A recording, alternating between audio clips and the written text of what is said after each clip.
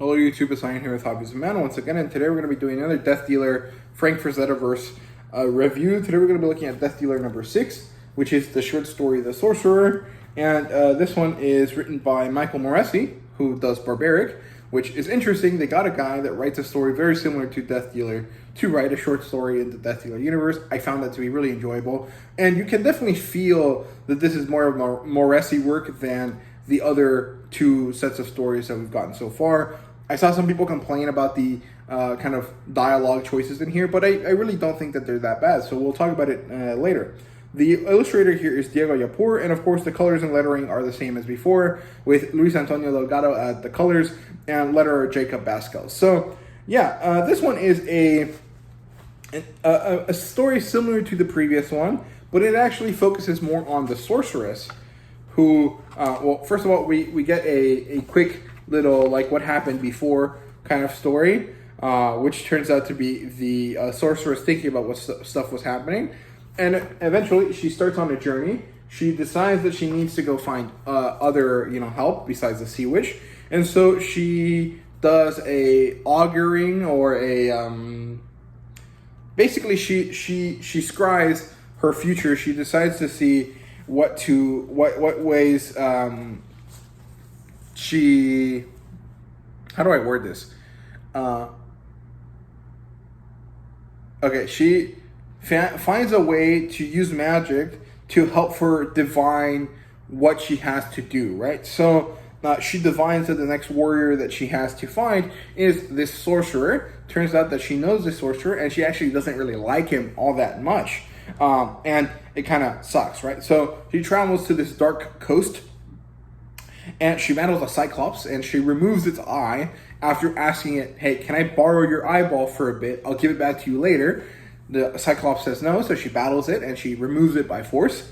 Then she travels to this twilight forest, and uses the eye to find Edric's, the sorcerer's, reality or realm, or, the dimension where he's hiding, right?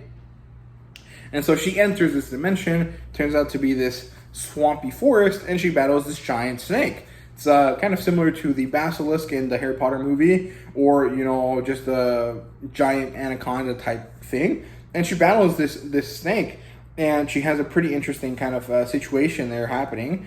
And eventually she gets interrupted by the sorcerer, who battles her. And there's this interesting byplay between the sorcerer, the sorceress, and the snake, where sometimes the snake is on the side of the sorcerer, and sometimes it's with the sorceress, depending on who's offering it a better deal.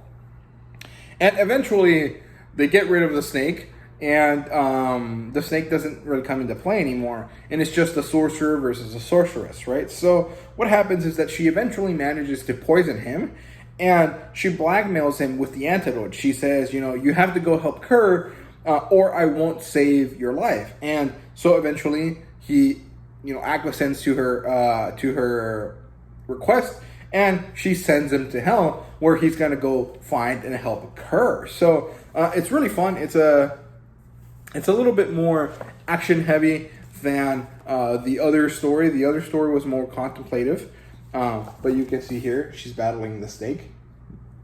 And Diego Yapur does a great job with the artwork. Now, the irreverent kind of aspect here is that Michael Moresi has the wizard, the great sorcerer Edric, talk in a kind of Big Lebowski-esque way, which I found to be really funny. He talks like the dude, right? And I thought it was hilarious because he's basically this like old, funky, Bombadil type wizard, where he's just sitting in the forest. He's getting high on his crazy drugs, and he just kind of wants to be left alone. But she comes in, she asks him for help, and he doesn't really want to give it to her, and he's just kind of like, hey man, you're harshing my mellow, you're negatively affecting my fun time.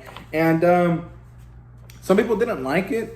I don't think it really matters. I mean, it's just it's not like all of these characters are talking in like old-timey vibes, and he's the only one that talks in like current timeline stuff, or anything like that. It's not really anachronistic like that. I don't think it really matters.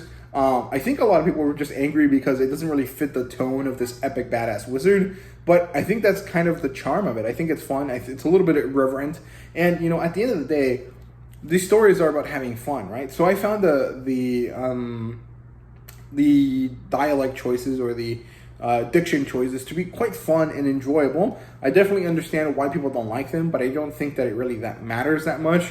But you know, on leagueofcomicgeeks.com, you can see people's comments on some of the stories, and they were really harsh towards Michael Moresi for, you know, something so unnecessarily, you know, not important, right? So I don't know. I kind of talked to some of the people there, and I kind of get what they were saying, but it just felt too like angry over something that doesn't really matter all that much.